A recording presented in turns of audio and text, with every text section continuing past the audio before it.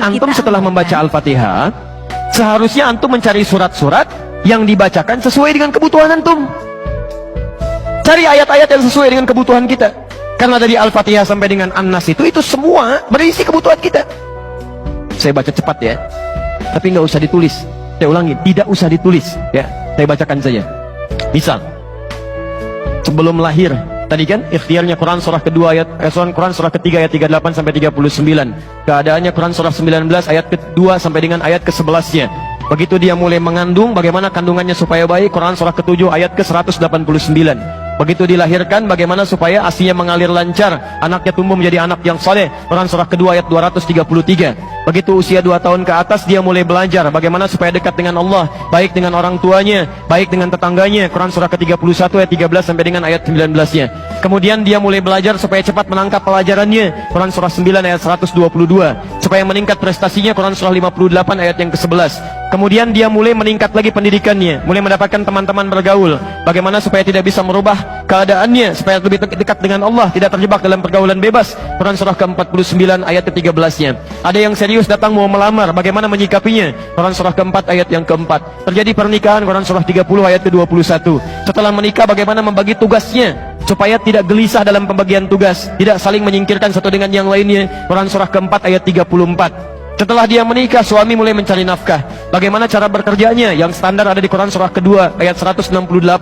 Kalau mendapatkan ingin yang lebih mudah lagi, Quran surah kedua ayat 172. Kalau belum berangkat, rizkinya sudah menunggu dia, Quran surah 7 ayat ke-96-nya. Kemudian dalam bekerja ini tidak mudah. Istri harus merawat anaknya, merawat rumah tangga. Kadang-kadang anaknya sulit diatur, mengatakan pada perintah ibunya, mengatasinya, Quran surah ke-17 ayat ke-23. Itu dua-duanya sama-sama capek. Jangan dikira yang pergi ke kantor saja, ibu pun merawat anak juga kadang-kadang ada rasa lelah. Bagaimana mengatasinya? Kalau lelah-lelah sedikit, itu ada di Quran surah ke-26 ayat ke-80. Kalau sudah mulai menjadi penyakit, bahkan kata dokter nggak ada obatnya, bagi Allah nggak ada yang mustahil. Quran surah ke-21 ayat 83 sampai dengan 84. Kadang-kadang Anda yang bekerja, ada orang yang tidak suka dengan Anda. Ada yang usil, ingin menyingkirkan Anda, menyungkurkan Anda. Ada perlindungan dari Allah di Quran surah ke-17 ayat 79 sampai dengan 81. Kalau ada yang membuat diri Anda tersesat sampai mengatakan, ya Allah kenapa dia begini, ya Allah apa nggak ada solusinya? Selalu ada. Amalkan di Quran surah ke-21 ayat 87 sampai dengan ayat ke-88-nya. Sampai Anda beraktivitas lagi, mendapatkan kesenangan hidup, harta mulai melimpah, Masya Allah, rumah semakin luas. Syukuri itu semua dengan mengamalkan tuntunan di Quran surah ke-14 ayat yang ke-7-nya. Tapi ketika datang ujian, tingkat ujian bisa macam-macam. Ada yang ringan, yang menengah, kemudian yang kuat. Pelajari itu supaya siap menghadapinya. Di Quran surah kedua ayat 214. Solusinya di Quran surah ketiga ayat 142. Cara sabarnya di Quran surah kedua ayat 155 sampai 157. Sampai Anda terus berkembang, usia 40 tahun, orang tua masih ada, ingin berbakti pada orang tua, ada di Quran surah ke-46 ayat yang ke-15-nya. Sampai kemudian Anda semakin sepuh, mengatakan, ya Allah, apakah saya akan hidup untuk selamanya? Tidak. Satu saat kamu akan meninggal.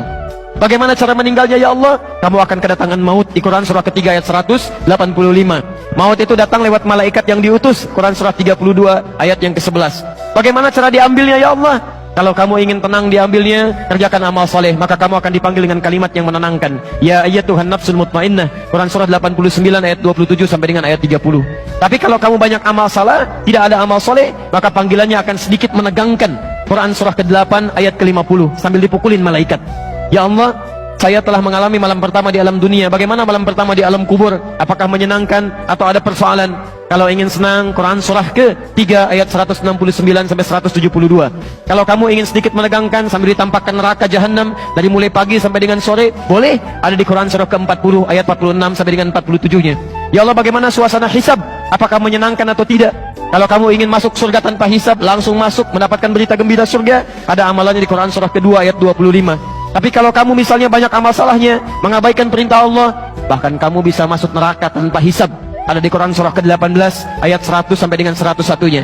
Ya Allah, bagaimana suasana surga nanti, ya Allah? Ayo kerjakan amal soleh. Ada surga bersama Rasulullah tingkat yang paling tinggi. Amalan di Quran surah ketiga ayat 31, Quran surah 59 ayat yang ke-7, Quran surah 33 ayat 21. Ada surga yang di taman surga yang memberikan langsung Allah, bisa melihat Allah tanpa hijab. Quran surah 75 ayat 22 sampai dengan ayat 23. Ada amalannya di Quran surah ke-51 ayat 15 sampai dengan ayat 23. Ada ada surga seluas langit dan bumi. Kemanapun kamu beraktivitas tidak akan pernah menemukan ujungnya. Quran surah ketiga ayat 133 sampai dengan 134.